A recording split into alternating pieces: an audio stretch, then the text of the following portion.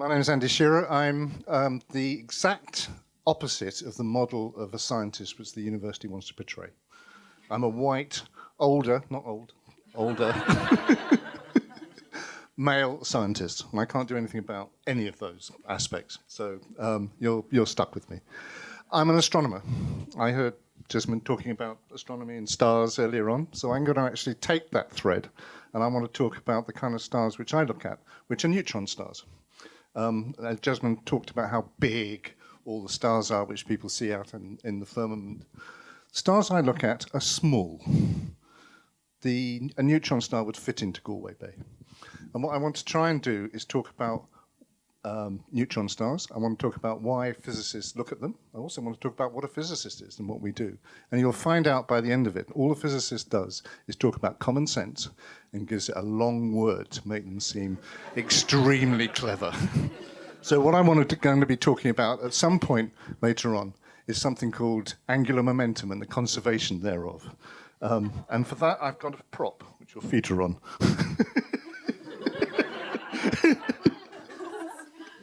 Which I shall use. So I'll be looking for a kind of someone to help me with this, who's quite small and quite near.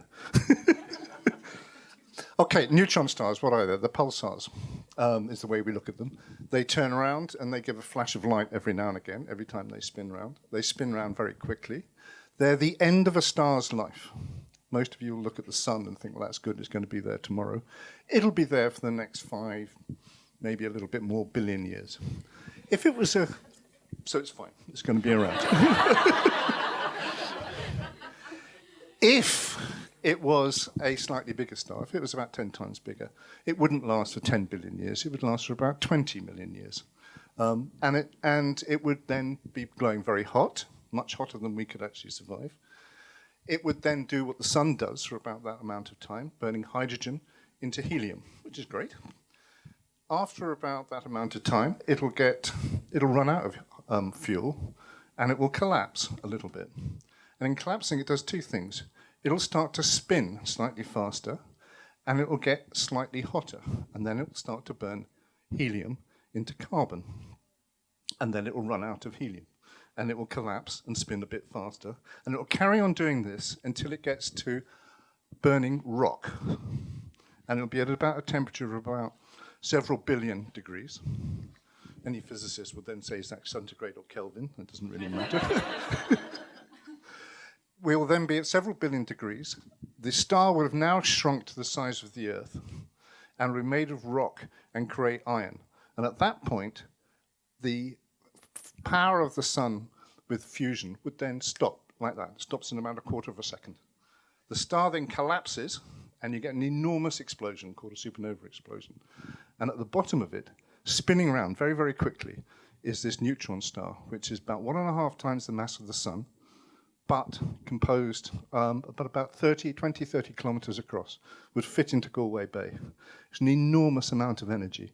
And they spin about once every 10 seconds for the slow ones, 30 times a second for the fast ones, the ones I look at called the crab, up to 700 times a second. And to give an idea of those kind of speeds, I want to take the analogy of a washing machine and a cat. Some of you might see where this is going. At once every 10 seconds, you could put your cat into the washing machine with your washing, and what would happen is the cat would be well exercised at the end of it, because it's trying to keep up, and the washing would be wet. If it was going once a second, the cat would survive, the washing would be wet, but when you open that door, you're going to have a seriously angry cat, which is going to come up. If you then run it at 30 times a second, the crab pulsar, the one we study, that is spinning around at, if everyone's got a really expensive washing machine, 1,200 revolutions per minute is good. This is 1,800 revolutions per minute. And this is 1,800 revolutions per minute. It's 20 kilometers across, and it weighs 1.5 times the mass of the sun. For those people, that's about 10 to the 30 kilograms. That's the science bit. That would then kill the cat. It would be weighing about 300 times its standard weight at that point. That's not good. But your clothes would be lovely and dry, and but you would have a dead cat like that. The fastest one is about 700 times a second, and that's a rev speed of 42,000 RPM. If you put your clothes and your cat into that, at the end of it, you wouldn't have any clothes, because the clothes would kind of disassociate into all the little fibers and everything else like that. Sadly, so would the cat. So you'd have this rather mess of kind of glunk coming out.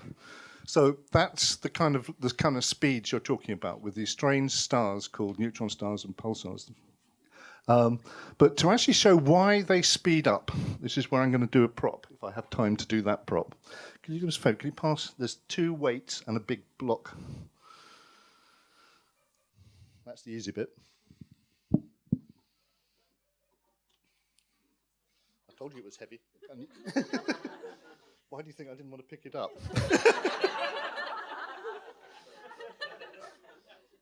Okay, I now need a volunteer. Ken. Changed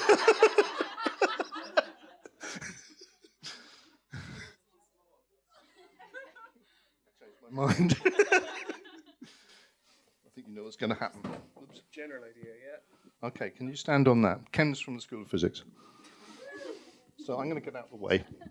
Thanks. So, excuse me, I'm now going to leave. Get it one in each hand and out. And I want you to do some method acting at this point. I want you to pretend to be the central core of a star, spinning around about once a day. And now I want you to gently collapse down to a neutron star. And you speed up when you collapse down and you move out when you don't. And that is kind of common sense. People know that kind of vaguely happens. Apart from Ken, you now feel sick. That's all right. Thank you, Ken. I think Ken needs it.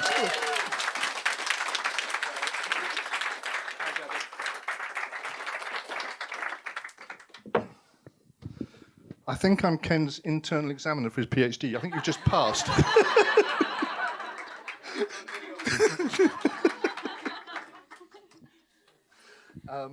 That's conservation of angular momentum.